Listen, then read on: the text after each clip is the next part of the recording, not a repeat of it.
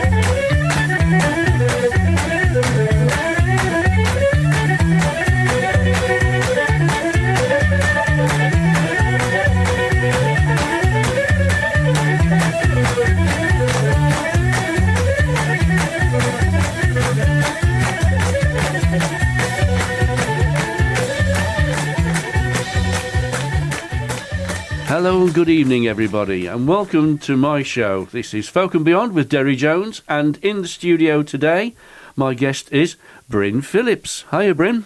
Hi, Derry. Nice to be here. I'm very glad you've come here. Yes, and he's given me a lift up to the studio, so if you hadn't arrived, I wouldn't have arrived either.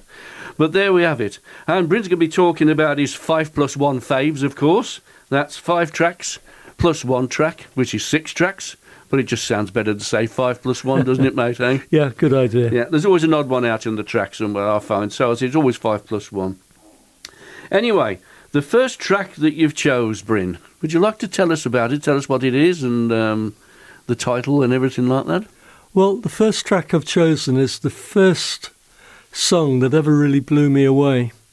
No. It's a Bob Dylan song. Yeah. And I first heard Bob Dylan on the radio. Right. And he was singing The Times They Are Changing. Oh, classic. Yeah, I saved up my money, had a Saturday job, saved up my pennies, yeah. And I went out and I bought the album.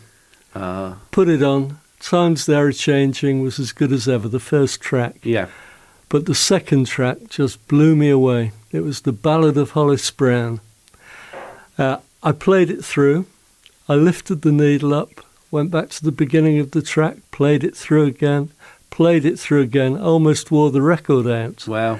And I didn't hear the rest of the record for a couple of hours. I was too busy listening to the Ballad of Hollis Brown over and over again. Oh, that's great. And of course, on that record, there are other classics like With God on Our Side, The Lonesome Death of Hattie Carroll, Only a Pawn in Their Game. Tremendous album. Yeah, yeah. But the Ballad of Hollis Brown was really special. First of all, I loved the guitar work on it. Very simple guitar riff all the way through. It's sort of blues-based song. But the actual content of the song was really sad. It's about a farmer who's mortgaged up to the hilt, is living in poverty with his family, Right. and in the end, he kills himself and his family. It really is proper sad. folk song then. Proper folk song. Oh, right. But he wraps it up so neatly at the end to give the futility of Hollis Brown's life. Yeah. He ends up, the very last verse, there are 7 people dead on a South Dakota farm, but somewhere in the distance, there's 7 new people born. All right. Really, really clever stuff. It's quite a sad song. I've listened to it, and it's like what I call a working man's blues. It is, yeah. You've know, got it spot on there. There's nothing about my love and all this, and it's a proper, real story. Well, that's what Dylan is, really. He's a brilliant storyteller, and he paints such wonderful word pictures. You can imagine the whole thing happening. So this is The Ballad of Hollis Brown by Bob Dylan. Ballad of Hollis Brown by Bob Dylan. And I think that's got the show off to a good start, don't you, in the sort of blues ilk? Well, you want to tell us about the next one, because I've not heard of Joanne Kelly, which is, the track is called Can't Be Satisfied. I'm just wondering if you'd like to give us a little bit of insight in that one. Yeah, I'd love to tell you about Joanne Kelly. She's really one of my favourite female blues singers. Uh-huh. I came across her at university. I had a little jug band there, and the harmonica player was really keen on blues. And he told me that Joanne Kelly was appearing at our folk club that night. Would I like to come? Well, of course I went. And she was tremendous. That's all I can say. She really was tremendous. But my friend was so made up that evening, because I think it was by song 2 or song 3 that she said, this song could really do with a bit of blues harp. Has anyone got a harmonica? Well, he jumped up, and he didn't just play that one song with her. Yeah. He played a number of songs throughout the evening. He was on cloud 9, he really was. Like a kiddie's dream, that, isn't it? That's really? right, yeah. But I later found out that she was one of the most respected female blues singers in the world, particularly admired by a lot of the American blues singers. And I realised that there I was in a little folk club with maybe an audience of 20, 30 people. You find that sometimes, don't you? I know. We're playing Carnegie Hall tomorrow, it's weird, isn't it? That's right, yes. And she's played with all the greats as well. She's played with Fred McDowell, various other blues singers. Yeah. But sadly, she died in 1990. Oh, dear. At the early age of 46, which was very sad, and the world lost a great performer. But fortunately, she left quite a big legacy of music. And the one I've picked is Can't Be Satisfied, which is a Muddy Waters classic, and she's playing it here with Pete Emery. Right, here we go. Joanne Kelly with Can't Be Satisfied.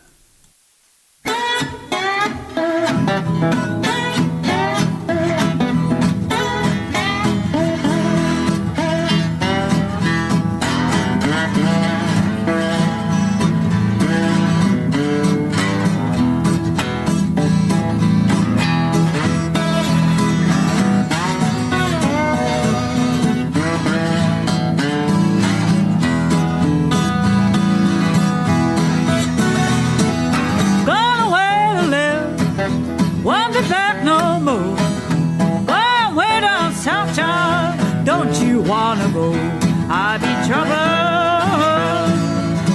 and all worried mind.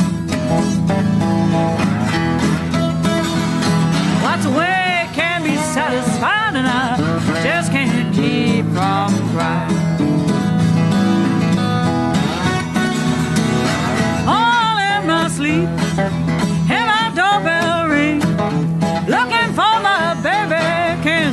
not a doggone thing. I be troubled and all worried mind. What's a way can be satisfied, and I just can't keep from crying. See now, little babe, what's the way you do? I don't need no telling, boy, bound to make me blue. I be troubled and all worried mind. What's a way can be satisfied, and I just can't keep from crying.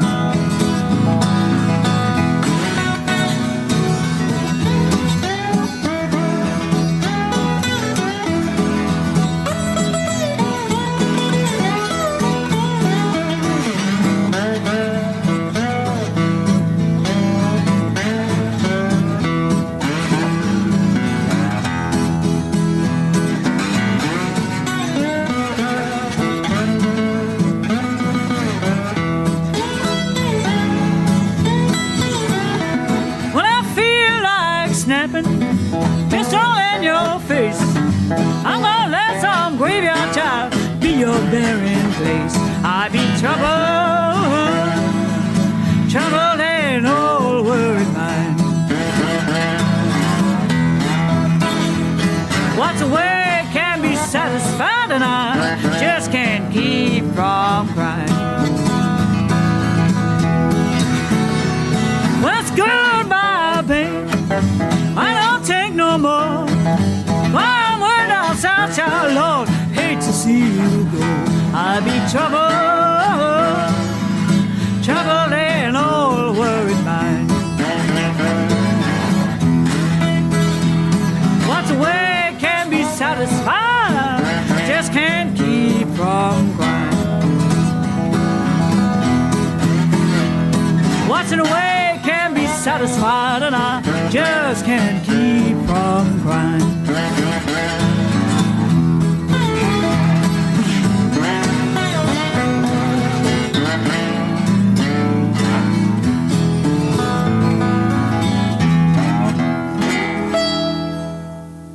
Nice one, Bryn. That was an excellent track, and it was called Can't Be Satisfied by Joe and Kelly off the album Do It. That was a great track, and I bet you were really, really happy to see her live before the unfortunate demise of... Oh, I was. I saw her a few times, either as a solo performer or with a band. Oh, right. Wonderful. Well, moving on to the next track. This one, I've seen Rory McLeod myself. Yeah. A few times, and I think I've heard him play this song live. Okay. Shirley's Her Name is the song by Rory McLeod. Would you like to tell us a little bit about this one then, Bryn? Well, I'll start off with the first time I saw Rory McLeod, because it was very impressive. He was performing at our local folk club in Whitehaven, and the MC announced him, and he was nowhere to be seen. I bet you know where he was. No, he wasn't. He was in the audience. Oh, right. Because out of the audience suddenly came some quiet harmonica playing that got louder and louder as he sauntered up to the stage behind the microphone, carried on playing his harmonica, and in between singing. An absolutely fabulous start. He knew how to make an entrance then. Oh, he certainly knew how to make an entrance. And he's such a good performer. And he's also a great songwriter as well. He certainly is, yeah. And I think a lot of that is to do with his background. He left music for a while and went to be a circus performer. Oh, right. So he's had a really varied life, and he's written a lot of songs. A lot of them are fairly political. Yeah. But the one I've chosen is, I think, an absolutely wonderful song. It's called Shirley's Her Name. To my mind, every line in this song is perfect. Beautiful imagery, a wonderful song. Cool. Well, let's have a listen then.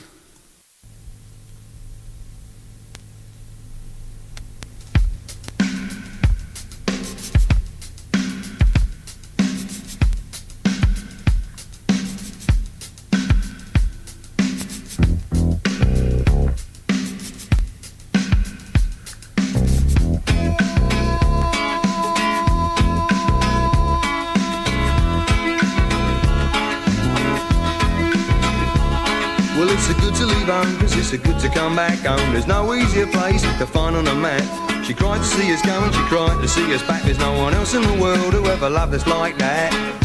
Shirley's her name, but we call her our mum. I call my dad, Dad, I feel like a prodigal son. Well, she feeds us like we haven't eaten for weeks. She spoils us and still wants to rock us to sleep. She woke us up, cooked for us and washed our clothes. She used to kiss our knees better, wipe my bubbly nose. Shirley's her name, but we call her our mum. I call my dad, Dad, I feel like a prodigal son. Well, she's so easy to please and she's so easily hurt. She loved us even when we're covered in dirt. Our mum worked all night and day. And she's a nurse when we fall, a policeman when we fight, a judge when we argue and a singer at night. Our mum worked but she never got paid. Well, you ought to see the way that she serves us. She leaves herself to last. And there were times when we wouldn't even help her and she'd be too tired to ask. Well, she's a cook, a washerwoman, a teacher and a wife. She's our mum, she's the one who worked for our lives. Shirley's her name, but we call her our mum. I call my dad, Dad, I feel like a prodigal son. Well, she's so easy to please and she's so easily hurt. She loved us even when we're covered in dirt. Our mum worked all night and day. Now she's a nurse when we fall, a policeman when we fight, a judge when we argue and a singer at night. Our mum worked but she never got paid. Well, it's so good to leave home, 'cause it's so good to come back home. There's no easier place to find on a map. She cried to see us go and she cried to see us back. There's no one else in the world who ever loved us like that. Shirley's her name, but we call her our mum. We call her Dad, Dad, I feel like a prodigal son.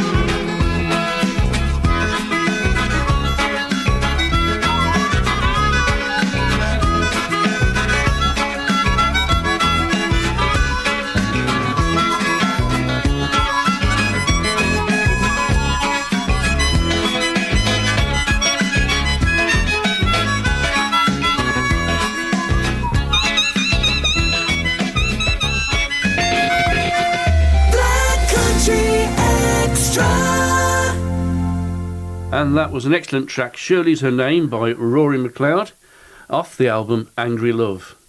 Bryn, do you want to give us an insight into the next track that you've chosen? Well, I mentioned I was in Whitehaven, and when I moved to the Black Country, I was so impressed by the vast number of folk clubs around. Oh, there's loads, yeah. Fantastic. Yeah. And one night I went to a singers' night, and one of the performers was so talented, I really found it difficult to believe. Mm-hmm. It was Tony Portlock. Oh, we know Tony. We know and love Tony. I know. Excellent man. He played a couple of songs. They're both very good. And the second song he played was Alberta.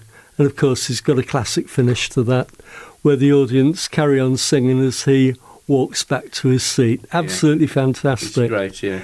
But I got to know him quite well and talked to him about blues guitar playing at a little later date. And I said, do you know any Lightning Hopkins? He just picked up the guitar and played it. How about Mance Lipscomb? He played that and so on. Absolutely amazing. It's sort of a blues jukebox for you, was he? He was. Plus he taught me a couple of riffs, which was very nice. That's great. Because he's played at the Woodman as well, Tony has. Oh, he has, yeah. Yeah, in the past, yeah. And, of course, with his wife Barbara, he was quite instrumental in the late 90s, early 2000s in organising folk festivals. It was Folk on the Farm sticks in my head. That's right. Because Cracker Can, that was my old band. Nothing to Prove has played there. Yeah. Quite a few years. And also Burntwood. And Burntwood, yes. Yeah. Yes, that's right. Which, again, Nothing to Prove played there. Yeah, and I played there, I think, at the same time that you did. You did, yes. I think you were in the gymnasium, weren't you? And we were in the marquee. And, yeah, that's it. Yeah, we did manage to clash in the bar, I think. That was about it. And, I'd say the next track is Deep River Blues, a version by Tony Portlock, off the album Winding Boy. Yep. Is that right? That's right. Let's have a listen.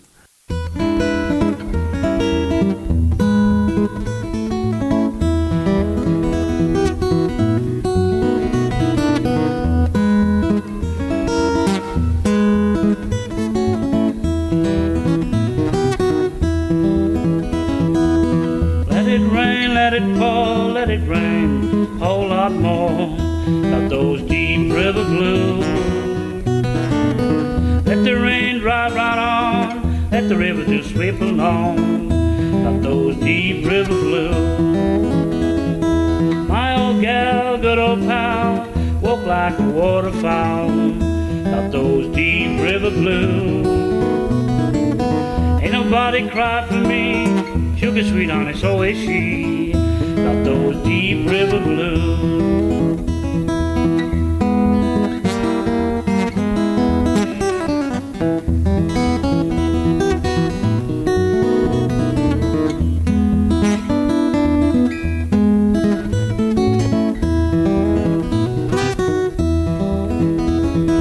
Give me back my own boat, if she'll sink and well she'll float. I got those deep river blues. I'm going back to Muckle Shore, fishing's better so I've been told. Got those deep river blues. Let it rain, let it pour, let it rain a whole lot more. Got those deep river blues. Let the rain drive right on, let that water just sweep along. Got those deep river blues.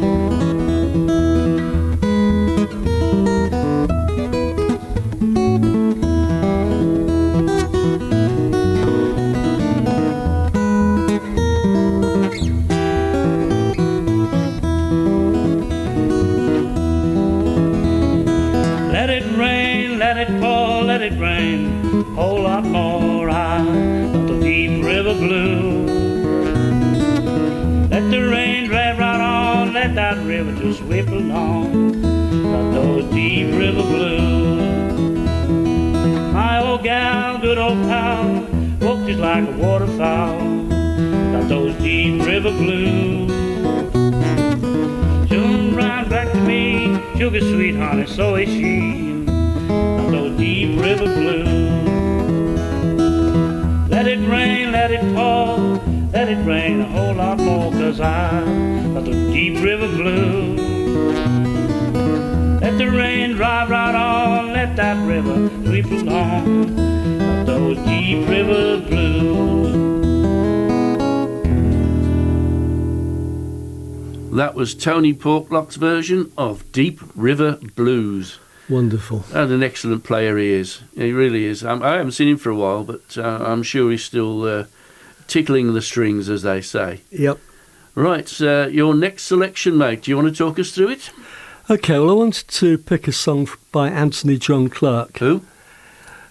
We all know who Anthony John Clarke is. Yeah, we all I'm do, only don't joking, we? Yes, yeah. I first came across him years ago now at Bromsgrove Folk Festival. Yes, of course. And immediately I heard him. His songs, one after another, they were so good. But what also impressed me with his stage presence, Yes. he's got such an easy, relaxed manner, either when he's performing or when he's doing the emceeing job. Yes. He is so good, and I think he should be an inspiration to every performer. Watch his show if you've never seen him. He's so good. It is a masterclass in audience control, isn't It it? is, yeah. In the best possible way, of course. Oh, yeah. Draws the audience in and makes them part of the show. Well, and that's a talent.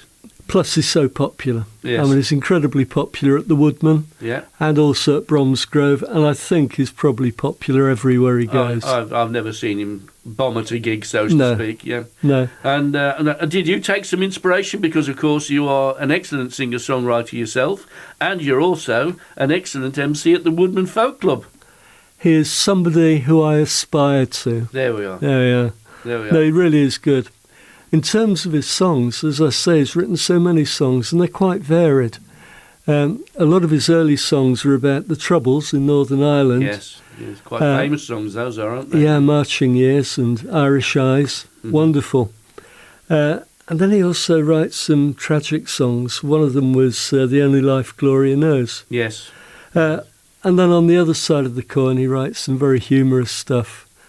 For example, Tuesday Night's Always Karaoke, that's the famous one. Of course. And I've chosen one. The one I've chosen is 12 verses, and the song is so clever. It's a very simple, jaunty rhythm. with some almost surreal imagery and deceptively simple lyrics. It's a wonderful song. Here we go, Anthony John Clarke with 12 verses.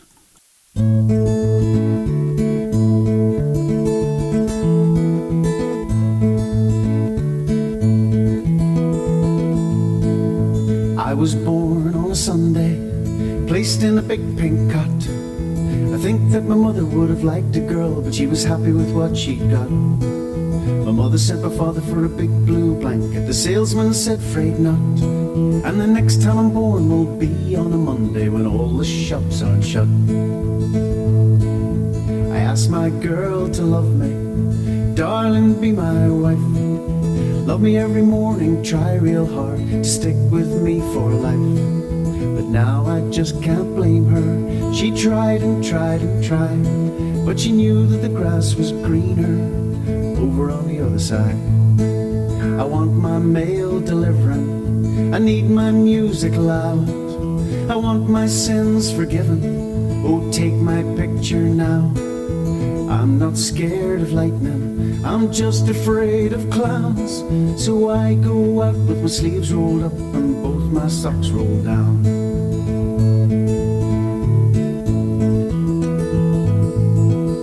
I never understood how a clock works, I learned a little bit about wine. I know that the secret in both those things has got something to do with time. I never really got it with romance, I failed and failed in love. But I never say a prayer when things go wrong or speak to God above. I don't do much on Sundays, Mondays pass me by. Tuesdays karaoke, Wednesdays goodbye. To the girl I met last Thursday, we shared one hot meat pie.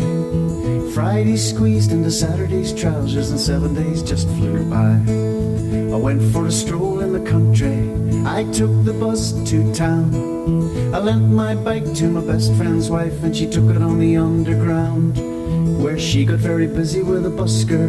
No sooner had she turned around than my bike got stolen and her lips look swollen. Don't you love it when the wheels go round?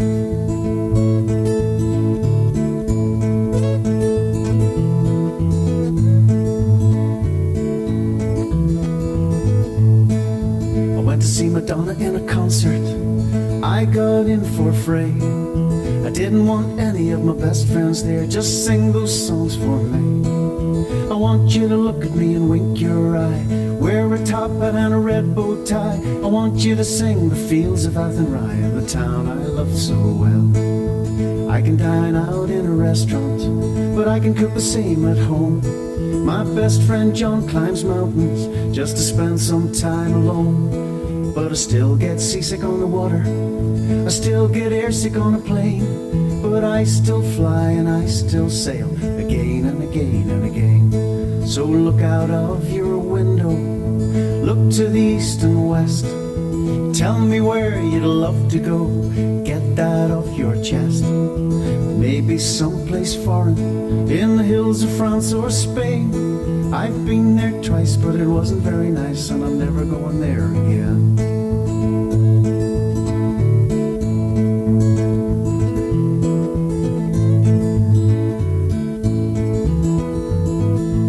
So it's breakfast every morning, coffee now and then, scones and jam with the better wear man, and bed by 10:30.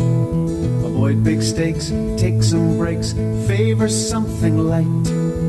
Don't drink tea after 3:30 or you may be up all night. Old George Bush is a merry old soul, and a merry old soul is he. He bombed my house in the middle of the night, number 63. Now I've got no chair and I got no dog, and I've sure got no TV. And John Lee's pills went missing down the back of the Red City. Grown-ups climb up mountains, children climb up trees. Grown-ups nurse their broken hearts and patch their children's knees. But trees don't look like mountains, hearts don't bend like knees. And should my heart be broken, darling, mend my heart for me. Should my heart be broken, darling, mend my heart for me. Should my heart be broken, darling, mend my heart for me.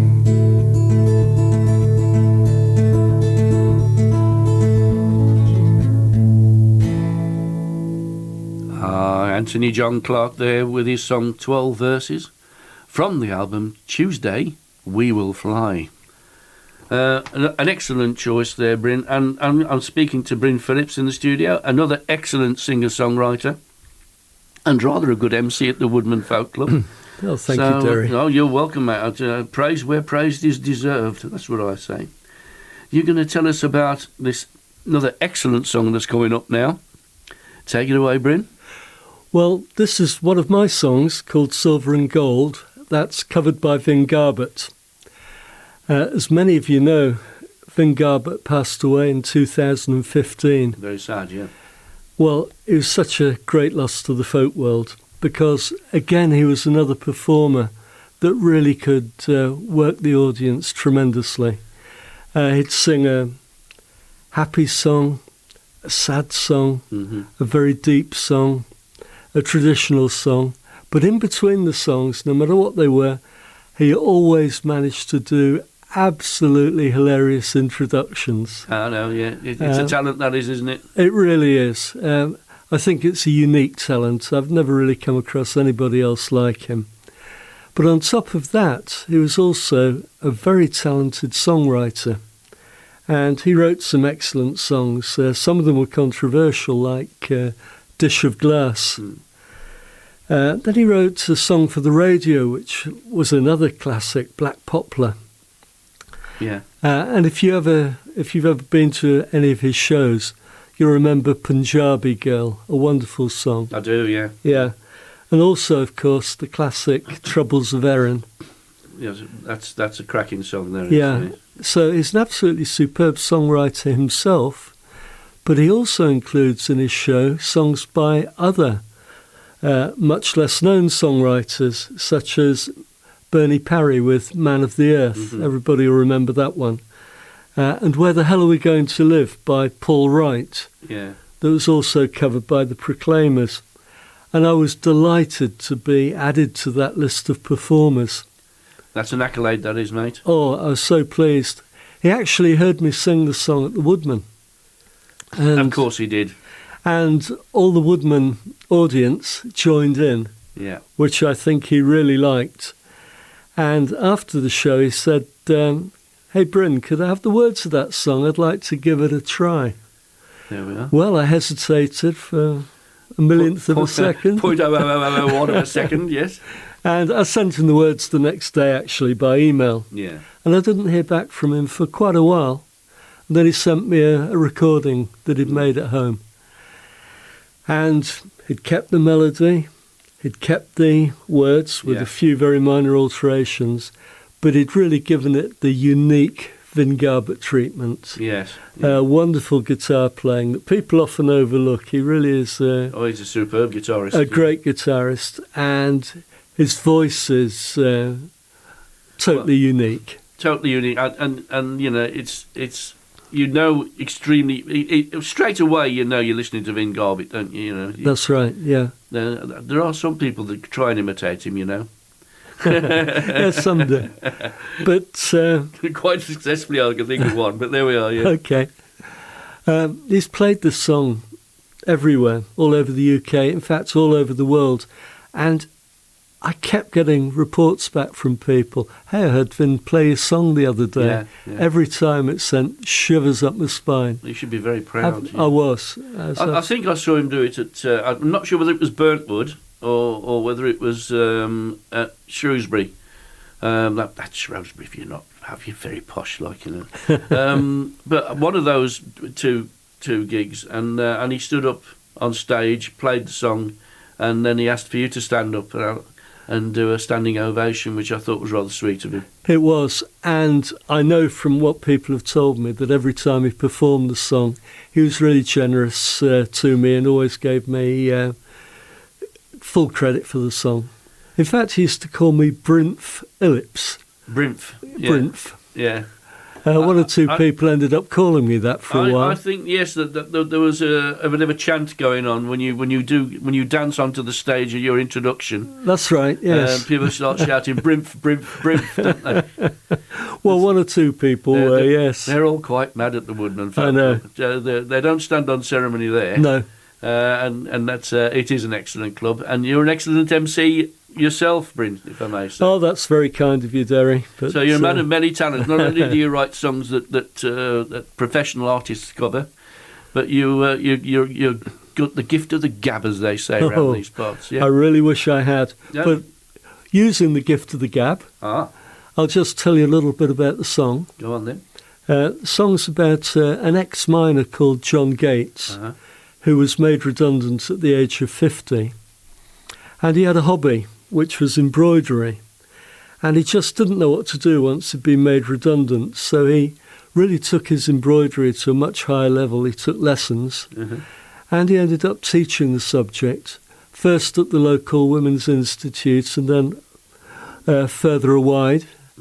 And he ended up lecturing to people. In fact, he even went to Australia lecturing about adult learning and lifelong learning. So it's sort of opened the world up to him. It really did. He really is an incredible man.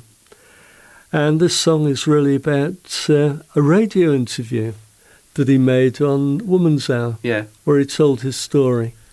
Oh, so that's where you lifted the whole story from, more or less. That's right. Yeah. It's one of the few songs that I wrote in an evening. It just spilled out. Well, they do say the best songs are written in a day, don't they? Well, this was. Yeah. Yeah. Well, and it is a rather good song. So, do you want to introduce it, mate? Okay. I'd now like to introduce the one and only Vin Garbutt singing Silver and Gold by Bryn Phillips.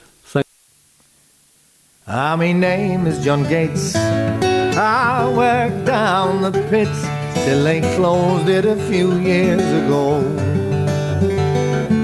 It was all I could do, it was all that I knew. I was broken apart by the blow.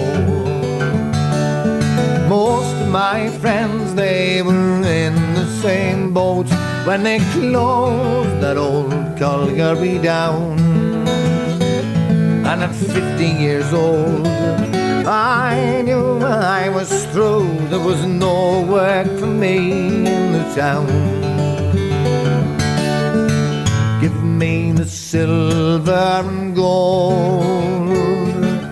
Give me the silver and gold. Me hands must be clean when I'm picking the seam, not black with the dust on the coal. Give me the silver and gold.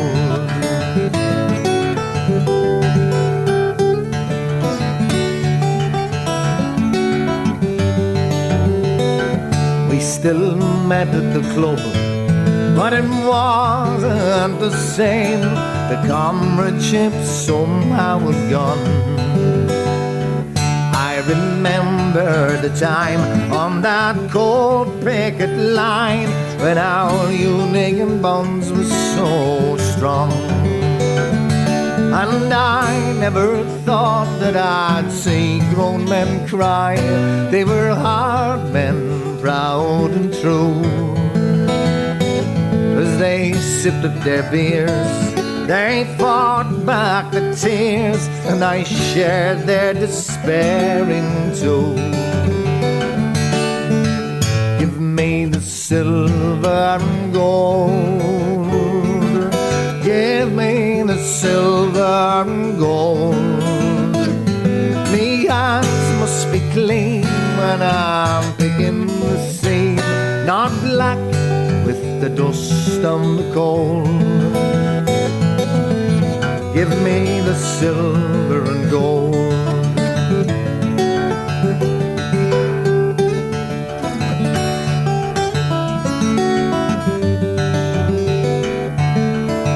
All that was left for me was the thread of the silver and gold. An interest for years, I laid all my fears, and I gave it my whole heart and soul. When an advert for Oh, the dressmaking class caught my eye. I enrolled as the only man there. And as my skill grew, I finally knew I had something so precious to share. Give me the silver and gold. Give me the silver and gold. Me hands must be clean when I'm picking the seam, not black with the dust of the coal. Give me the silver and gold.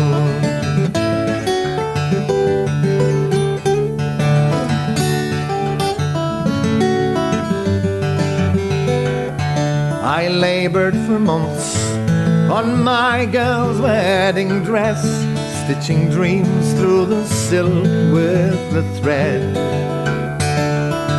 Intricate patterns of silver and gold, all thoughts of the colliery dead.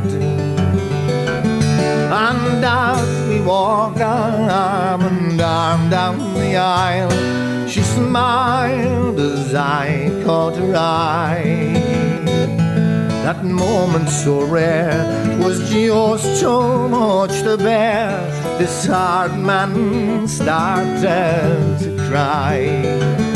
And as we walked arm in arm down the aisle, she smiled as I caught her eye. That moment so rare was just too much to bear. This hard man started to cry. Give me the silver and gold. Give me the silver and gold. Me hands must be clean when I'm picking the seam, not black with the dust of the coal. Give me the silver and gold. Give me the silver and gold. Give me the silver and gold.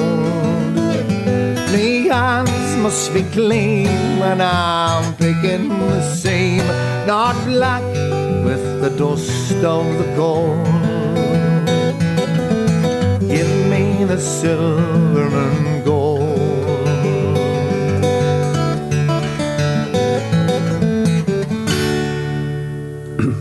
The late great Vin Garbutt there with a song written by my guest Bryn Phillips called Silver and Gold.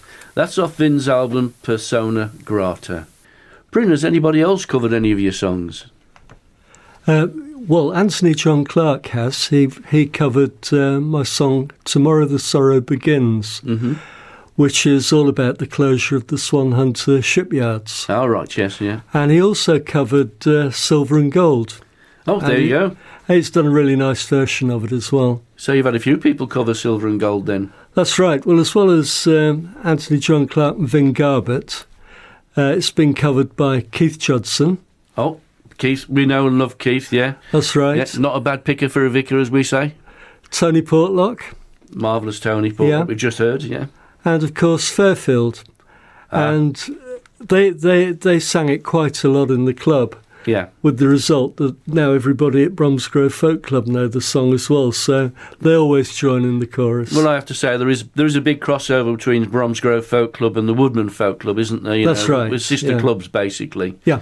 So we would expect nothing less from that. That's really nice. Well, I think Busby's got something to say. So what did you say, Buzz? What's going on at the Woodman Des?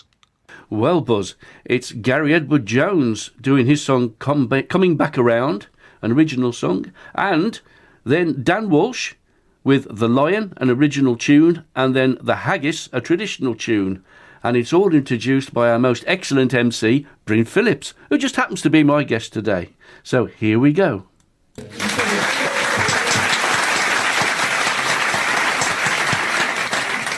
We've had Gary Edward Jones at the Real Woodman twice, but this is his first visit to our virtual club. He's performing one of his own songs, Coming Back Around. Please give a big welcome to Gary Edward Jones.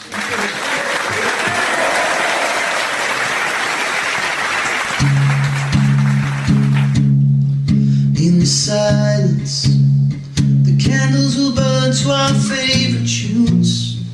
Time to turn off for your daily news. Start a new life again. Can you hear them? The sinners have washed all their sins away. Ridicule for making a choice they faced. He who feels knows the deal. Who am I to cast the first stone when all that they ask for is love? Can you hear them? Can you hear them? I wanna live in fear, I just wanna feel another touch. This love coming back around. Enlightened promises made and our own regrets. The weight of the world on the innocent. He who feels knows the deal. Don't wanna live in fear, I just wanna feel another touch. This love coming back around. Don't wanna live in fear, I just wanna feel another touch. This love coming back around.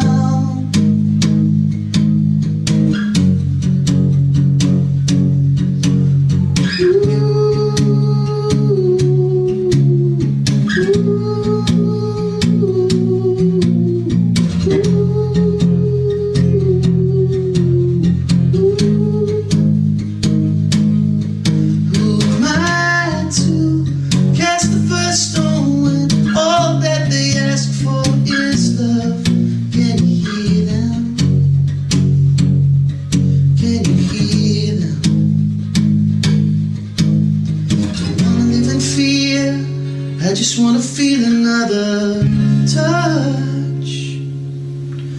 This love be coming back around. Don't wanna live in fear, I just wanna feel another touch.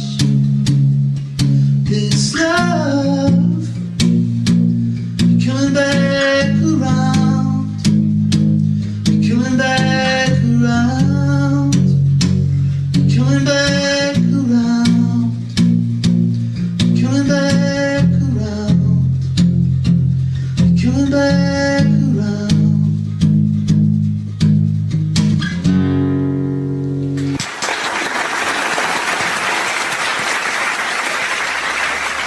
Thanks for coming along with a great song. Once again, please, for Gary Edward Jones.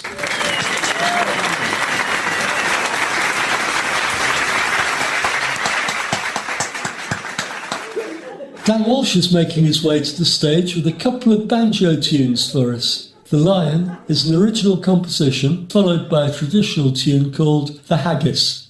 Please welcome Dan Walsh.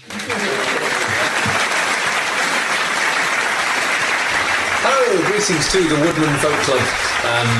Very, very many happy returns. 50th birthday. Absolutely amazing stuff, and the guys just do an incredible job of running it. It is one of my absolute favourite clubs in the whole country, I have to say. I played it, I think I've probably played it about 5 times off the top of my head, certainly a few times solo and then with my trio as well, and it's always just a great laugh, and it's just full of lovely people, basically, the organisers and the regulars, just fantastic people, and I know it's a very well supported and popular club, and there's a reason, because it's great. So I've always enjoyed playing for you, so thank you so much. Hope you're all staying safe and well. Hope you're getting jabbed as well. There's a sentence I never thought I'd say, but hope you're all doing okay, and it's going to be fantastic when we can meet again because I miss performing very, very much, and I miss socialising very, very much. I'm doing okay. I'm surviving as a stay-at-home musician, which is not something I thought existed, but I am surviving that way. But it'll be wonderful to get back and do what I love best, and especially for you lot. So I'll play you a little tune.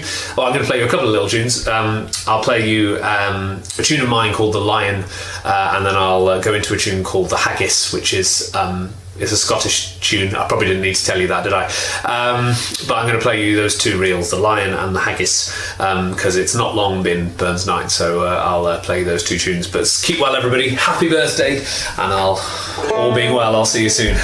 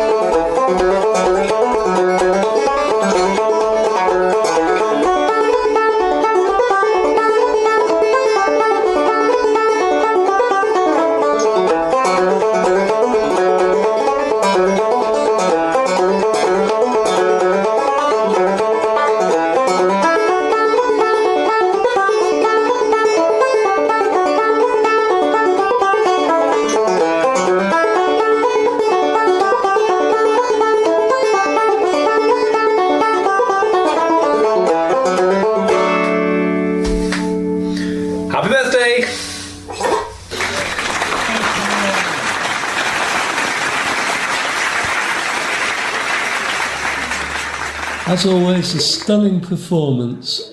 Dan Walsh, everyone.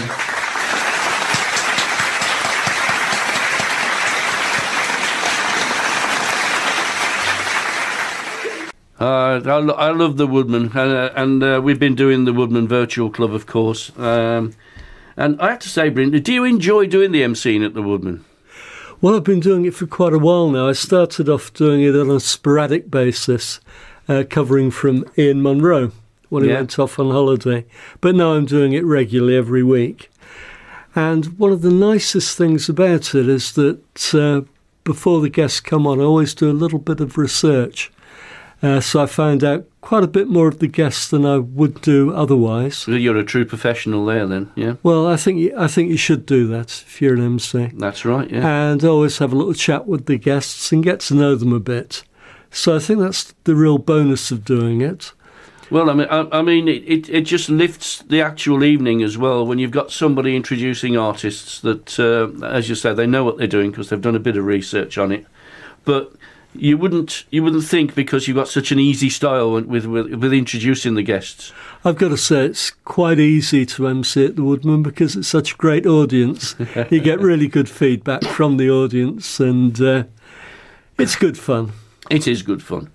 Anyway, we're coming up to the end of our hour now, so what we're going to do, we're going to listen to some live from the Swinging Cat studio with Bryn Phillips, playing some live stuff, and that's coming up after this.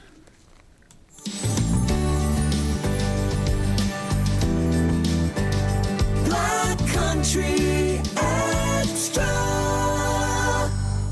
Hello and welcome back to the second half of the show. We'll be playing segments in this half from the live from the Swinging Cat studio. So that's where Bryn Phillips, my guest today, will be playing his own songs live, recorded live in the studio, and we'll be chatting about them now. So we'll be kicking off with your first song, Bryn, and that's a song called Cargo Cult. Do you want to tell us a little bit of background on that one? Cargo Cult started off in the South Pacific Islands and the coast of Australia during and after the Second World War. So this is a true story then? Yeah? Absolutely true. In fact, if you go onto YouTube and put in Cargo Cult, you can actually see some videos.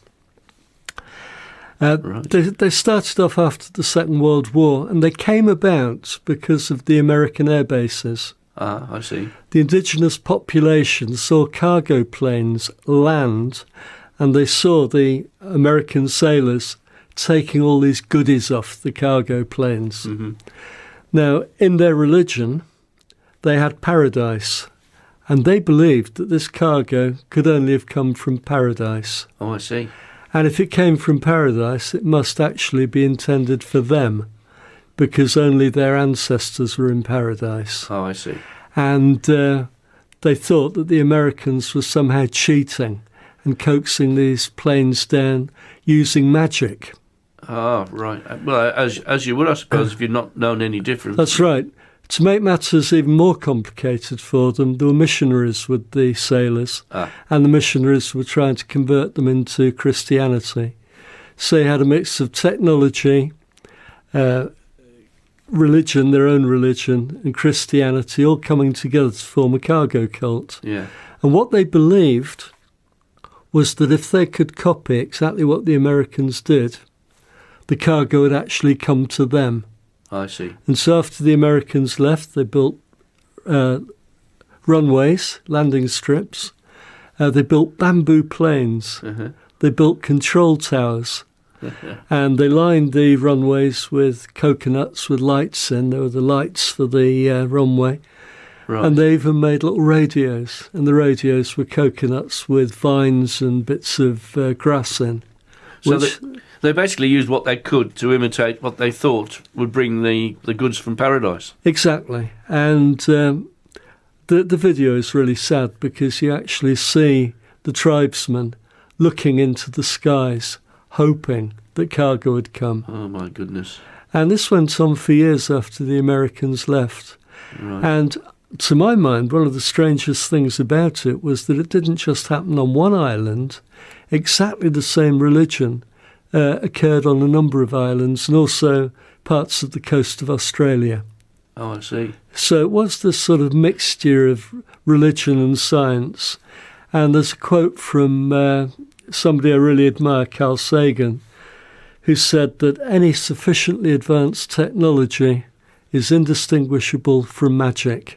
Well, that's very true, yeah. Yeah, which is what you're indicating earlier, of course. Well, yeah, walk back 50 years with a mobile phone. I mean, I don't know what your reception would be like, but if it did work, it would be quite amazing to people, wouldn't it, you know? I know. Nowadays, even if you go back 20, 30 years, things have changed so much. Well, that's right, yes. I mean, electric cars now, who'd have thought it? I know. Well, when I was a kid, the only electric vehicles you had were milk floats. That's right. And now you've got the Tesla sports car and stuff like that. Still, we're going slightly off subject. So this is a song called Cargo Cult. It's been written by Bryn Phillips and performed for us by Bryn Phillips live from the Swinging Cat Studio. Hello and welcome back to the Swinging Cat Studio. With me is Bryn Phillips and he's going to do his track Cargo Cult.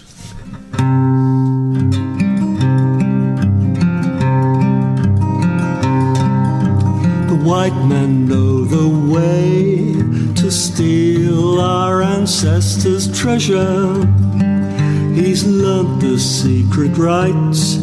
He's a lazy pirating imposter. He can coax those big birds from the sky, the big birds with their cargo. He can even fly. He fills our hearts with wonder. Our eyes search the sky. We're waiting for our cargo. Maybe it will come tomorrow. Our eyes search the sky. So we learn the white men's ways. The missionaries want to teach us. They give us Bibles and we pray that someday the cargo will reach us. We watch their soldiers march, we hear their thunder roar. The big birds circle overhead before flying down once more. Our eyes search the sky. We're waiting for our cargo. Maybe it will come tomorrow. Our eyes search the sky. They say the cargo's made by them, but we know they're telling lies. We've never seen them make a thing.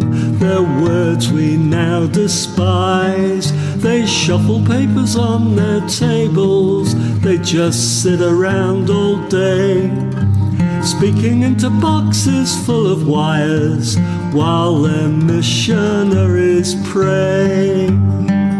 Our eyes search the sky. We're waiting for our cargo. Maybe it will come tomorrow. Our eyes search the sky. Now the white man has gone. We're on our own. The cargo is there for the taking, if only we can get it down. Our bamboo plane is on the landing strip. Our lanterns light the way. We march with sticks on our shoulders while our holy brothers pray. To Jesus our eyes search the sky. We're waiting for our cargo. Maybe it will come tomorrow.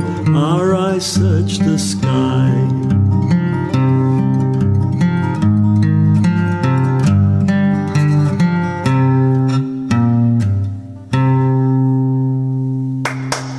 Nice one, Bryn. Thank you. Excellent song and a true story as well. Very true. Marvellous. Back to the studio. And here we are back at the studio, and we're saying now that was A Cargo Cult by Bryn Phillips. An excellent song and a true story, a tragically true story, unfortunately. But brilliantly written, if I may say so, mate. Oh, thanks, Derry. Yeah. Do you want to talk to us about your next song then? Well, my next song is called Dead Man Ride.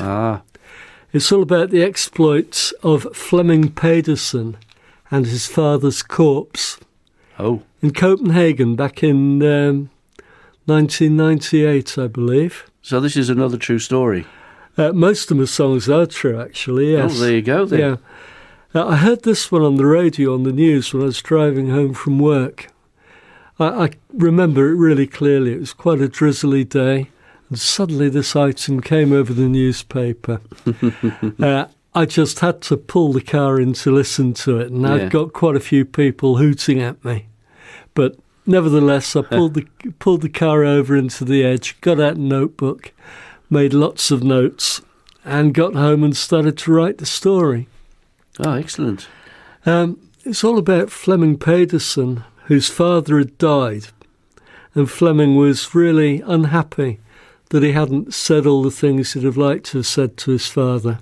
And so what he did, he went down to the mortuary and he got his father's corpse, dressed it up in bicycle leathers, put on a pair of dark glasses and dragged his corpse outside to his Harley Davidson, because both he and his father were very keen bikers.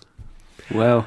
And his plan was to drive his father around the streets of Copenhagen as a final ride. There are a few technical issues involved, of course. I can imagine. How do you get a corpse to stay on the back of a motorbike? Well, he sort of glued the corpse on somehow. Wow. But the key thing was to keep the corpse upright. So to achieve that, he stuck a bracket up the guy's jacket. Ooh, crikey. And off they went. And they didn't just drive around the streets. They actually stopped off in the father's favourite bar. Wow. Flemming put a drink in his dad's hand and even put a cigar or a cheroot in his mouth. And he sat there chatting to him, and nobody in the bar realised that he was dead. Well, it just shows you that absolutely nobody takes any notice of anything these days, do they? No. Then he took him back to the mortuary, and the people at the mortuary couldn't believe what was happening. How on earth did he get him out in the first place? That's what I'd like I to don't know. They did help him back inside with his dad. I should think they and did. Put him back on the slab. Somebody's going to be in big trouble for that, aren't they? Yeah. Well, actually, I didn't realise until recently, because when I wrote the song, there wasn't anything really on the internet about it. But I looked it up fairly recently, and apparently he did get into trouble with the police. Well, his son did, basically. Yeah, he got fined. He got fined $300 for the mishandling of a corpse. Oh dear! And I thought it was so sad because, okay, maybe technically he was mishandling it, but he did give his dad the send-off that his dad would have wanted. And nobody was hurt, everybody was happy. He didn't deserve the fine, in my opinion. I think I would have argued, had it been me, which I would never do a thing like that, but, I would have argued that this was part of the funeral ritual that his father requested. Well, it could well be. Yeah, and that would scupper any 300 quid fines then, wouldn't it? Maybe. But I think the staff at the mortuary were probably at a little bit of a fault here, weren't they? I mean, to lose a corpse. I know. To actually get the corpse out of the building without anybody seeing it. And it's going to take you a while to glue somebody to a saddle of a Harley and insert brackets where brackets should be inserted. I know, it's really strange. You've got to admire the guy, though. Oh, yeah. I mean, crikey almighty. He knew his dad and he wanted closure, I suppose. That's right, yeah. That's brilliant. Quite a few people have heard the song, have really realised that it was important to build up relationships with your parents. I know. I mean, last time you played it at the Woodman, I think you were supporting Other Roads.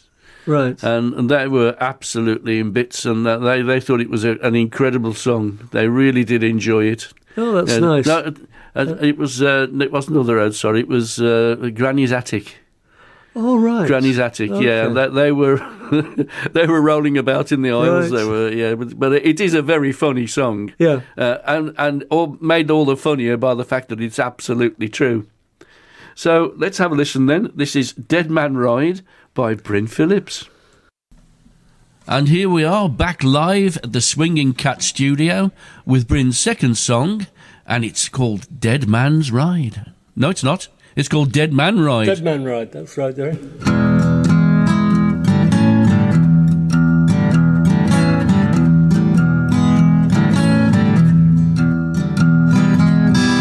I went down to the mortuary.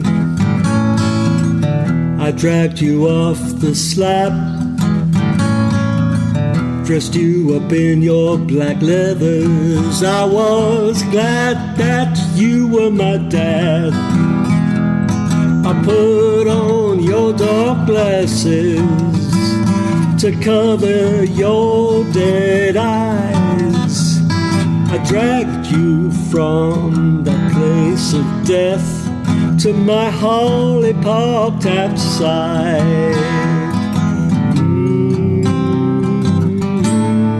Dead man ride.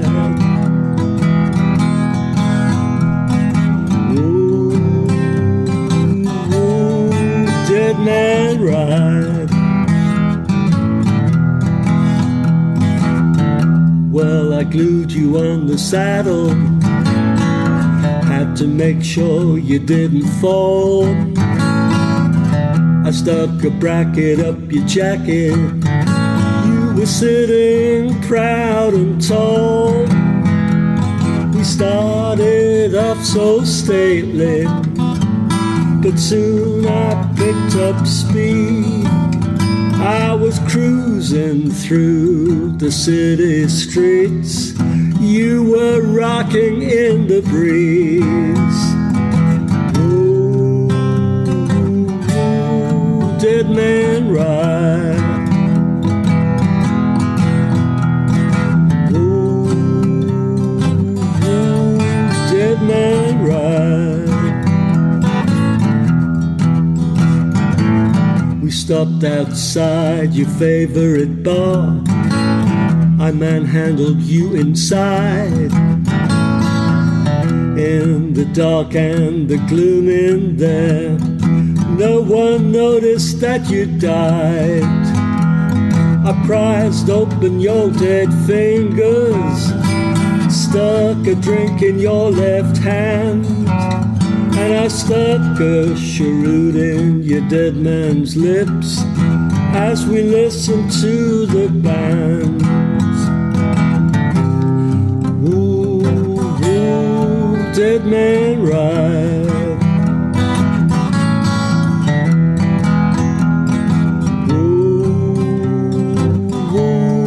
Dead man ride.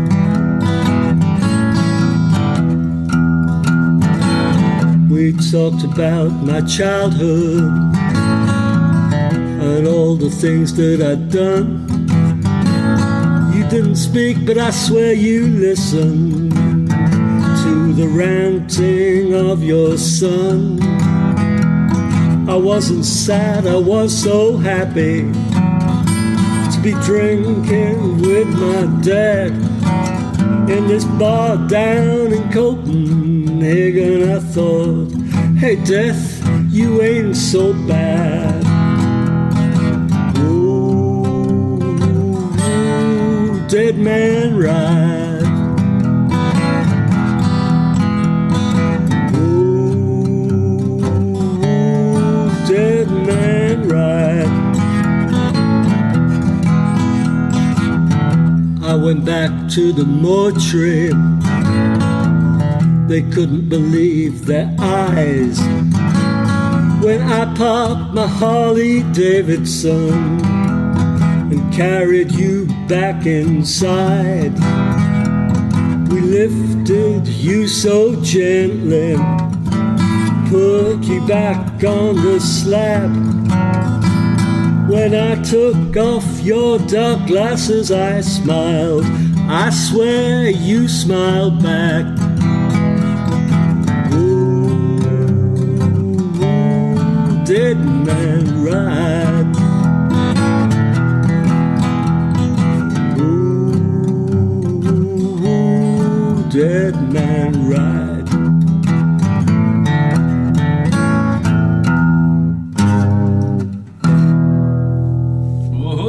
Spooky. Marvellous. Well done, Bryn. Thank you. That was a great song, Bryn. Dead Man Ride always brings a smile to my face. I bet it brought a smile to many, many people as well when they read that story or listened to the story on the radio. And your next track that you're doing live from the Swinging Cat is called Now All I Listen To Is the Blues. Do you want to give us some background on that one? Well, this song came out of a conversation I had at the Crossroads Blues Club. Uh-huh. I went there to see Ian Goodsman. I don't know do you remember him? I don't, no. He used to play quite often at the Woodman. Oh, right. Was this the old Woodman or the Ashwood? The old Woodman, yeah. Back in the 90s. Right. And he emigrated to New Zealand, and he really took his blues career to a new level. Oh, right. And he became known as Lil Ian Goodsman. And he actually wrote to me and asked me about any blues clubs in the area, and I recommended this one. Yeah, yeah. And he got a slot there. Oh, excellent. So That's I went a long way to come on the bus, though, isn't it? It is, no. I think he actually was staying at Bromsgrove at the time, so it wasn't too bad. Closer to home. Anyway, he had an absolutely great evening. Everybody loved it. And I was sitting with a couple that I got talking to afterwards. Yeah. And the lady said, I really enjoyed this evening. That Ian Goodsman really is a fantastic guitarist. And she said, in fact, nowadays, all I do is listen to blues. Oh, I see. She said that she used to listen to all sorts of things. Yeah. She was interested in pop music, disco music, country, everything. Used to go out dancing. Yeah, well, variety's the spice of life, as they say. Well, exactly. Until she heard Robert Johnson. And she said, once I heard Robert Johnson, I forgot about the rest, didn't listen to any of it. Oh, yeah. All I listen to now is the blues. How strange. I thought, What a great title for a there's song. There's the title straight away, yeah. I thought when I wrote it, I'd make the song as though it was me that only listens Yes, to the blues. And I do listen to a lot of blues, but to be fair, I listen to lots of other music as well. Yes, indeed, yeah. And I decided to make the song a tribute to a few of my favourite blues artists. Right. The genuine blues artists from the 1930s, 40s, 50s. The real McCoy. Yeah, and I think there's probably about 12 featured in the song. I haven't counted them, but it's probably about 12. The trouble is, every time I perform it, at least one person comes up to me afterwards and says, why didn't you include maybe John Lee Hooker? Yeah. Or what was wrong with Skip James? He should have been in that song. Right. Or a harmonica came up to me once. He said, I'm a bit upset. You didn't include Sonny Boy Williamson, maybe the greatest blues performer ever, you know. I see. Or what was wrong with Little Walter and so on. When I started playing it, I just substituted different blues singers, but now I've settled down to the ones that are in it now. Yeah. Well, I mean, what you've done basically is open up a hornet's nest, isn't it? I know. You mentioned all these late great people. Yeah. And are any of them still alive? I mean, there's another question. I mean, you'll have to get back now and go on the great God Google and say, is this player still alive? Is that player still alive? I've got a feeling they aren't. No, I think from the ones you've mentioned anyway, I think they're well gone. That's right. I suppose back in the day it was sort of Delta blues stuff and all that. I'm not an aficionado of the blues, and I'm not going to pull you up on missing anybody off the song. Good. But I think I think a good song does exactly what you said. It provokes people into thought. Well, that's right. And if that provokes memories of past greats, then that's a good thing. Yeah. So, I mean, all I listen to is the blues. You mention a myriad of people in there. Some I've never heard of, some I have heard of, but I'm sure there were many, many more. Because let's face it, this was a way out of destitution for a lot of people, wasn't it? Well, that's right. It certainly was. There must be literally hundreds of blues guys back from those days. Yeah. And dozens that, became very famous in the 60s when they were rediscovered. Of course. Well, I mean, we're going to dedicate this song to all those people featured in the song and all those people that should be featured in the song. That's right. Thank you, Derry. This is called Now All I Listen To Is the Blues. Hello, welcome back to the Swinging Cat Studio. And here's Bryn's next song, and it's called Now All I Listen To Is the Blues. Right, here we go.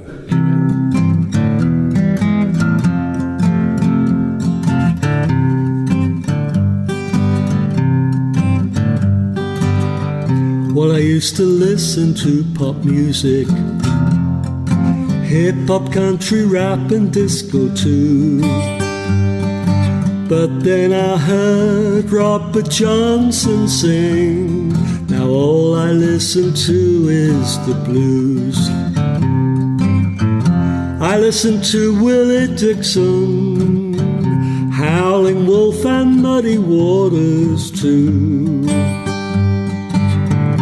Now I've heard Robert Johnson sing, all I listen to is the blues. I used to go out dancing, I put on my dancing shoes. I used to like that sweet romancing, but now it's over between me and you.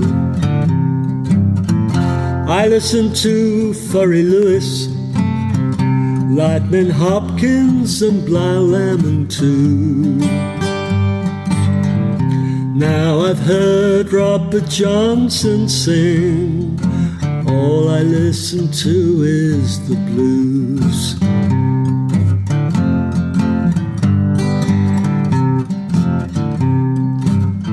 I used to be a sharp dresser, mohair suits were all that I would wear.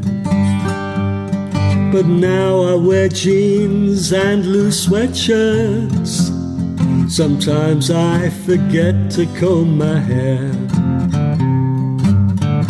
I listen to Big Joe Williams, Brownie McGee and Sonny Terry too.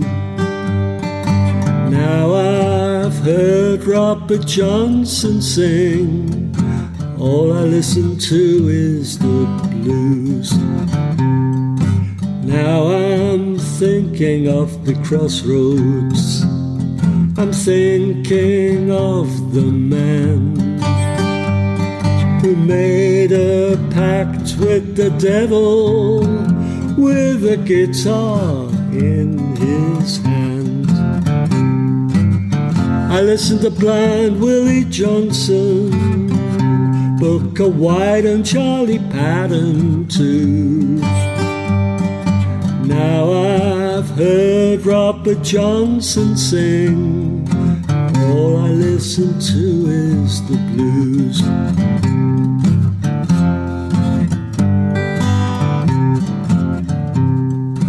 Now I just drink rye whiskey. It seems the only thing to do is I put another record on the phonograph, feeling mellow as I listen to the blues.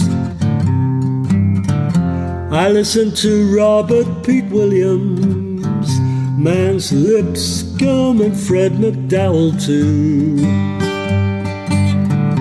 Now I've heard Robert Johnson sing. All I listen to is the blues.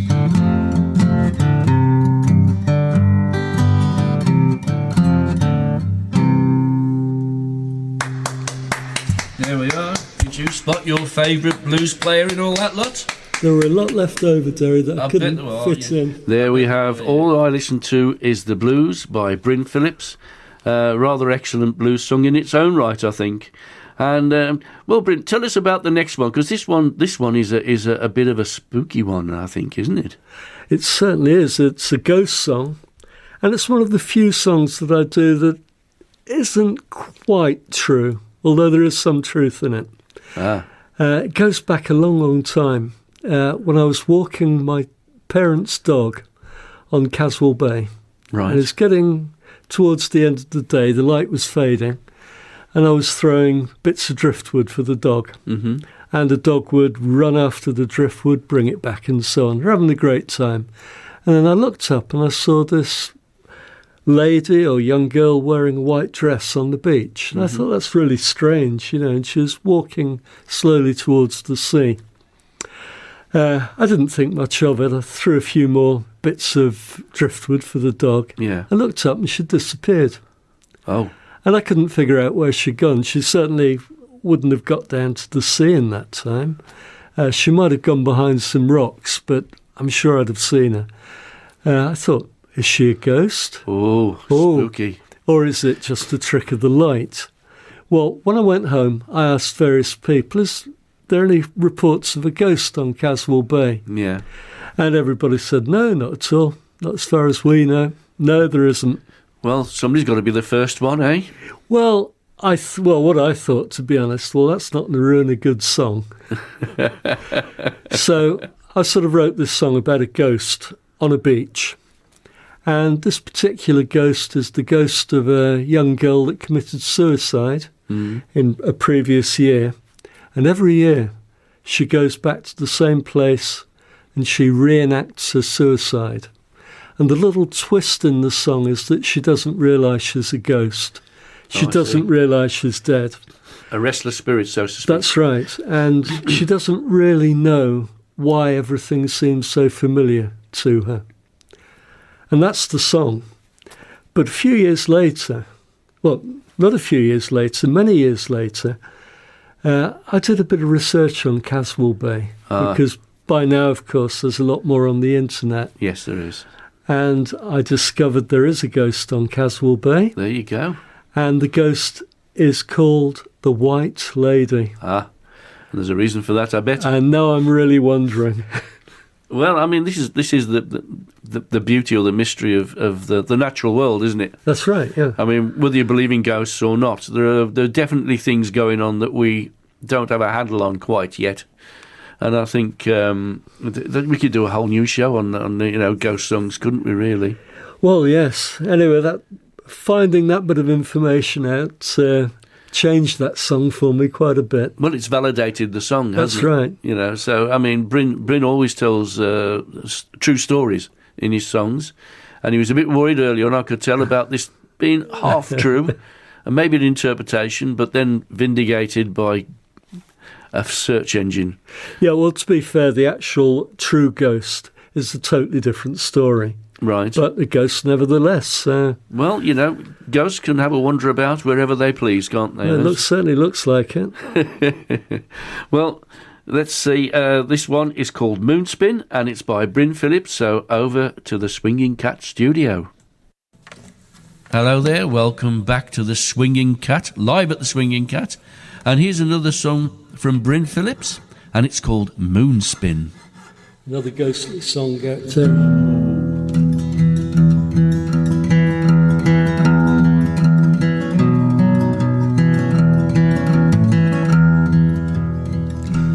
Now you're walking along the seashore, and your feet have a mind of their own. They walk to the beat of your love on the sheets, but that is all left in your home. And the sea holds out a hand made of glass, which shatters to sand in the wind. And you wish you knew what had happened to you, but still you can't see the moon spin. Still you can't see, still you can't see, still you can't see the moon spin.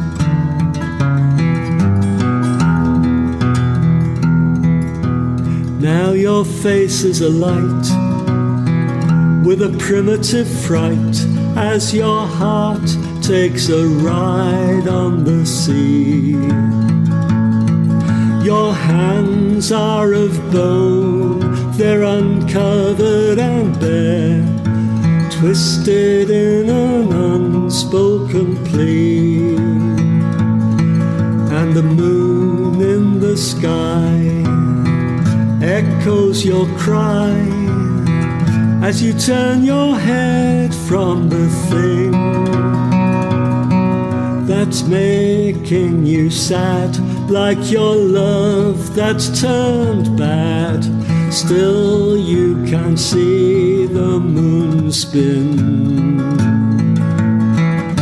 Still you can't see, still you can't see, still you can't see the moon spin.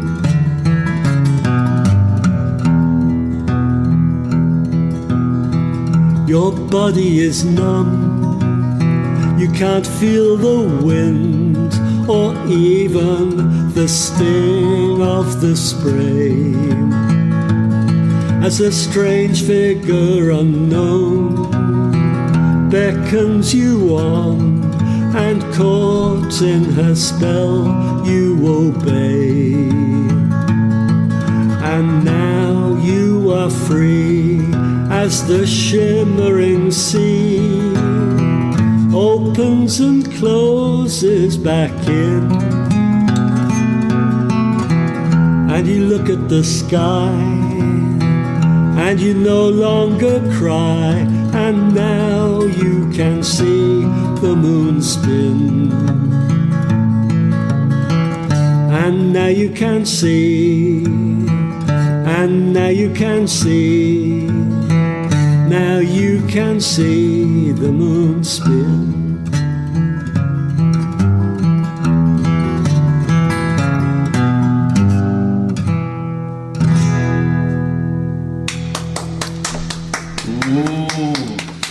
Ghost story if ever I heard one, mate. Yeah, it certainly is. Right. Over back to the studio. And here we are back in the studio. And yes, that was an excellent song, mate. What a ghost story. I love a good ghost story. I do as well. Yeah, and it's usually the winter time, sat round a fire somewhere, isn't it? You know, frightening the kids to death. And then drinking copious amounts of ale. That's right. Or even having a walk on the beach. Or even having a walk on the beach and playing with the dog. Yes, there we are. That was Moonspin by Bryn Phillips. The next one is an altogether different affair.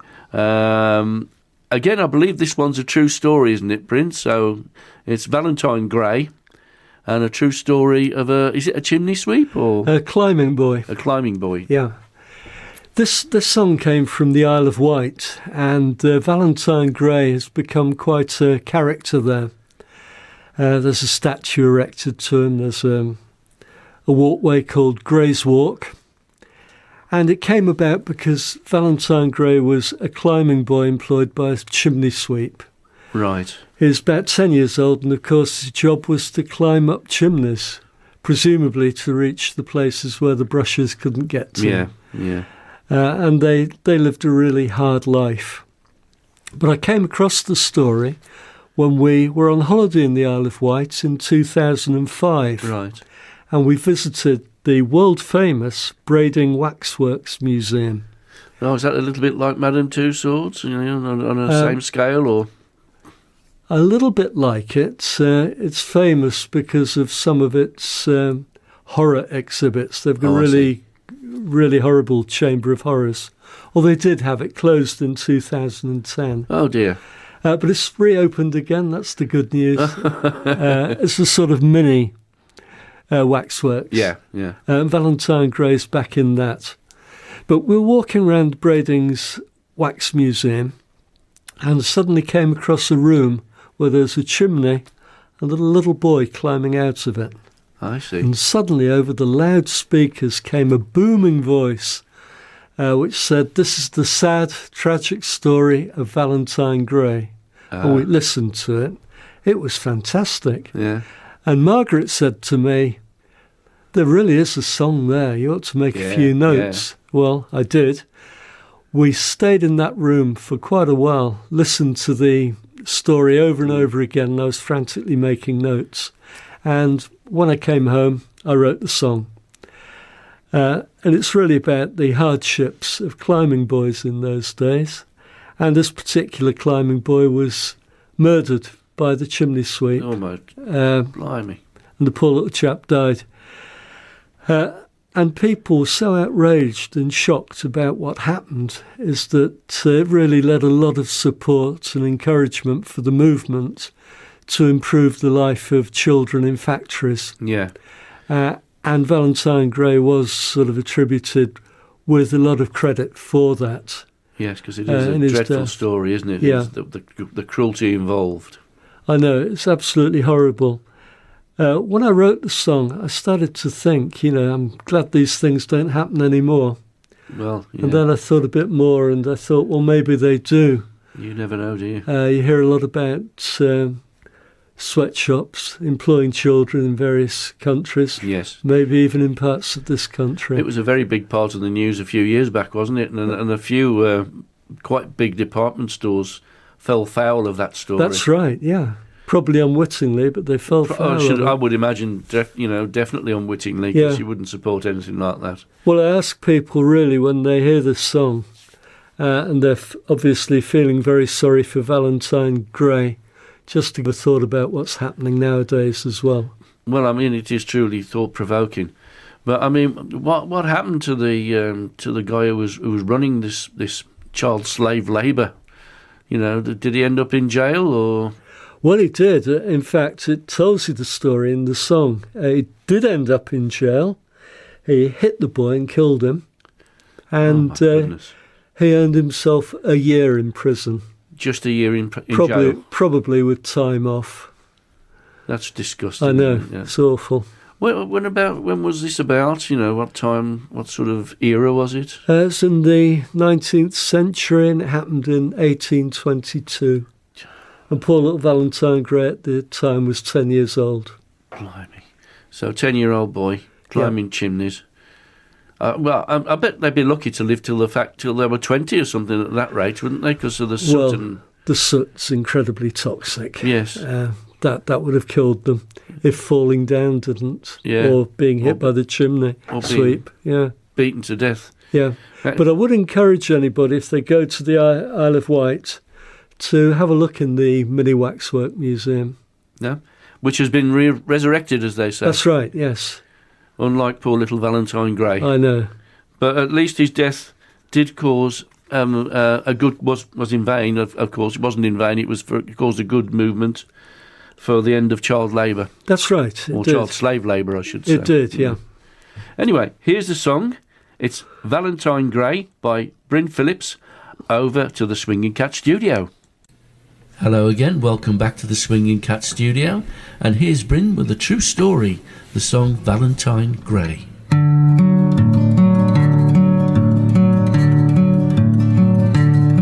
This is the true tragic story of Valentine Gray. Poor little Valentine Gray. He was made to climb chimneys. Every day shed a tear for Valentine Gray. His mother died when he was just 6 months old. Poor little Valentine Gray.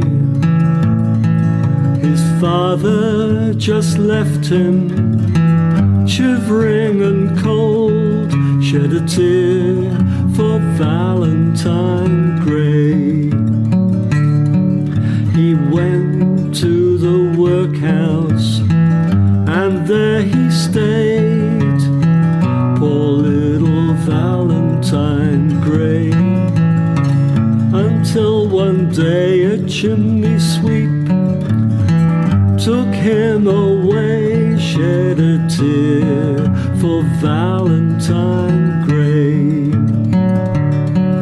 But now things are different, now times have changed. These things are all in the past. But if you know different, then you must bow your head before weeping for Valentine Gray. Some chimneys in those days were 9 inches wide. Poor little Valentine Gray. He had to strip off his clothes to clamber inside, shed a tear for Valentine Gray.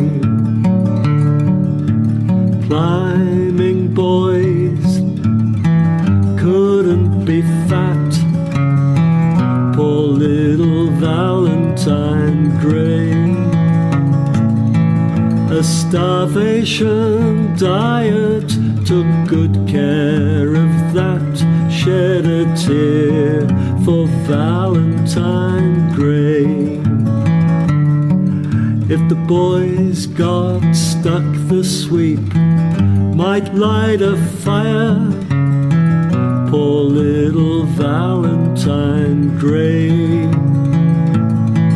To encourage them to climb a little bit higher, shed a tear for Valentine Gray. But now things are different, now times have changed. These things are all in the past. But if you know different, then you must bow your head before weeping for Valentine Gray. There were no feather pillows or sheets for his bed. Poor little Valentine Gray. just sacks of soot on which to lay his head, shed a tear for Valentine Gray. Some climbing boys fell to their death, poor little Valentine Gray. Some had soot in their lungs and they struggled for breath, shed a tear for Valentine Gray. The sweet beat and abused him in every way, poor little Valentine Gray. But once hit him too hard and his soul slipped away, shed a tear for Valentine Gray. But now things are different, now times have changed. These things are all in the past. But if you know different, then you must bow your head before weeping for Valentine Gray. What a tragedy for someone to die so young, poor little Valentine Gray. The sweep was jailed for a year for the crime he had done, shed a tear for Valentine Gray, shed a tear for Valentine Gray.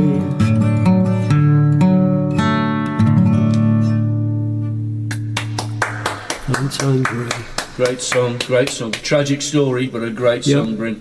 Well captured. Thank you. Back to the studio. And here we are back at the studio. And that was indeed Valentine Gray. Very sad story. But I think it's worthwhile saying that, Bryn, you've brought it back into the public focus, that these things still go on in various countries. I'm sure they do. People are up in arms about cruelty to animals, but cruelty to children and other people is still prominent, I'm afraid, in some countries, isn't it? Certainly is, yes, sadly. Yeah. Anyway, moving on. We've got a slightly more light-hearted look at life through this particular Bryn lens, haven't we, at the moment? So, do you want to introduce the next one that you're going to be playing live for us? Well, I very rarely write songs about myself, but in this case I have done. It's a song about my relationship with my sat-nav. Ah. Well, to be strictly accurate, not my current sat-nav. This is my very first sat-nav that I had. Oh, you always remember your first sat-nav, don't you? I was an early adopter, and the sat-nav I had was an old Garmin sat-nav, which was like a mini CRT TV. Yeah. Very clunky, and it wouldn't sit on the windscreen. That was the first problem. It fell off. So in the end, I just propped it up in the corner of the windscreen, and I relied on just the voice. I didn't look at the screen because I couldn't see it. I just had to rely on the voice. That was my problem. The sat-nav, who I began to call Sally, Sally sat-nav, also had a few problems. Right. And one of them was acquiring satellites. Oh, yes. Whenever we started, we had to wait a few minutes for her to acquire satellites. I think that's still the same now, isn't it, really? Oh, nothing like as bad. Yeah. If we're driving through a built-up area, she'd lose them and have to find them again. All sorts of problems with that. Another problem she had, although she was much better at directions than I was, she wasn't perfect. And every now and again, we went up dead ends. Oh.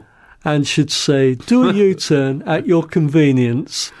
She's very polite, not like the one I've got now that's very abrupt. Oh, right. Very polite. And I really got to rely on her. Got rid of my maps, everything, and just relied on this voice coming out of the corner of my windscreen. After a while, after a couple of years, I upgraded. I see. I traded her in for a new model. And this new model was a lot better because it did get the satellites a lot earlier. Yeah. And it also stuck on the windscreen, so I could actually, look at the screen. That was a big bonus. I suppose they got lighter as the times went on, didn't they? Well, that's well? right, Yeah. yes. But the big bonus that somebody told me about was that, your sat-nav will probably have other languages as well. Oh, that's useful, well, eh? I went through the menus and there it was, French, German, Japanese, everything, Wow. And I tried them all out, and the one I really liked was French. Well, of course. Yeah. Well, to be honest, I didn't really need her giving me directions in French, but every now and again, if I knew the way myself, I'd switch on the French accent just to hear her talking as we went along. Lovely stuff. And I've actually put that in the song, a little bit of French. And I'm quite proud of that because I had it checked out by Flossie Malavial. Oh, good old Flossie. And I said, is it okay, Flossie? And she said, yeah, it's fine. Yeah, so I'm really pleased about that. She did a sanity check on your Black Country French. Well, that's right, yes. But I did have another problem. Oh. We went to Jersey for holiday. Right, yeah. And for some reason, we're driving along, and suddenly the sat-nav, for no reason at all, switched into Afrikaans. Oh, I see. Very useful. Very useful. Well, I managed to get it back into English, which was fine. And I thought, I'll tell them this at the folk club. So rather than the French chorus, I'll do an Afrikaans chorus. You're a man of many talents, you are. Well, not really. I had to look it all up on Google. Google Translate, yeah. I managed to get the Google Translate. Fish is available as well. I had to change it a bit to get it to rhyme. Yeah. And I also had to learn the accent. Performed it at the folk club. And before I did, of course, I said to the audience, anybody here that speaks Afrikaans? And somebody said? And it was the night we had Winter Wilson on. Ah. And Kip Wilson, who spent quite a lot of time in Holland, said, yes, I speak Afrikaans. So afterwards I asked, how was that, Kip? Awful. Oh, no. Oh, yeah. No. Well, Bryn, you did your best, mate. I did my best, I certainly did. Let's have a listen to the song Sat Nav Sally by Bryn Phillips. Over to the Swinging Cat. Hello again. Welcome back to Live at the Swinging Cat studio. And here's Bryn with another song, a personal favourite of mine, Sat Nav Sally. I've got to say, Sat Nav Sally, the actual instrument, is a personal friend of mine. At least she got me to the studio today. Well, she's had a good sense of direction then. Better than mine.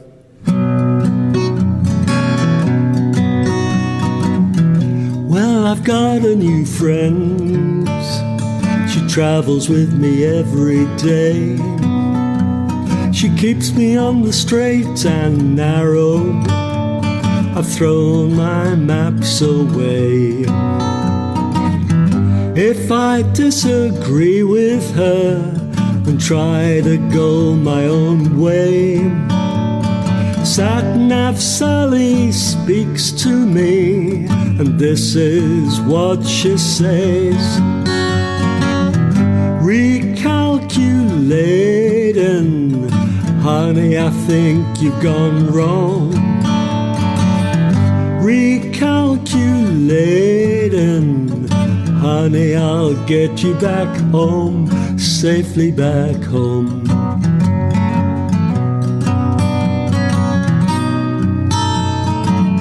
Sat-Nav Sally never gets cross, no matter how I disobey. She just keeps on advising me in her own special way. Left to my own devices, she knows I would just go wrong. So in a sexy, sultry midnight voice, Sally says, come on. Recalculating, honey, I think you've gone wrong. Recalculating, laden. Honey, I'll get you back home, safely back home.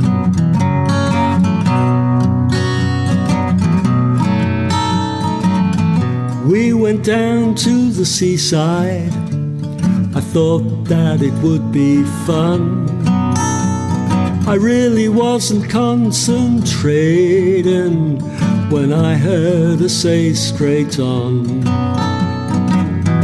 I was touching 35 as we shot off down the pier. Do a U-turn at your convenience, Sally whispered in my ear.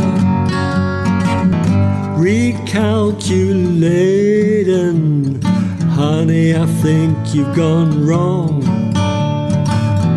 Recalculating, honey, I'll get you back home, safely back home.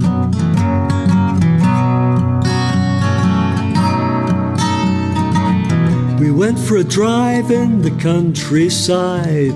She took me down a narrow lane where we met a farmer with a shotgun.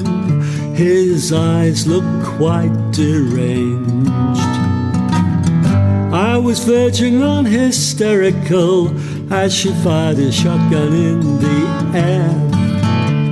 Sally said, I'm acquiring satellites, then I'll get us out of here. Recalculating, honey, I think you've gone wrong. Recalculating, honey, I'll get you back home, safely back home.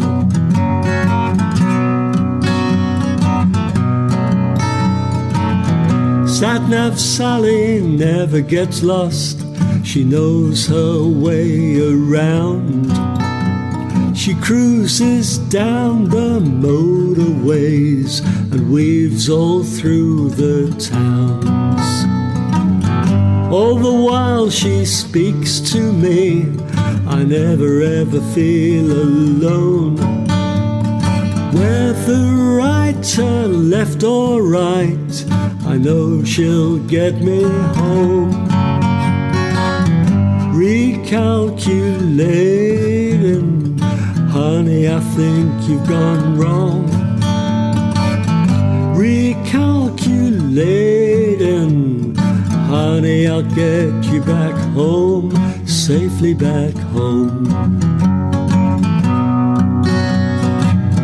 Calcule encore, chérie, je pense tu t'es trompé. Calcule encore, chérie, je vais te rentrer sain et sauf. Sain et sauf.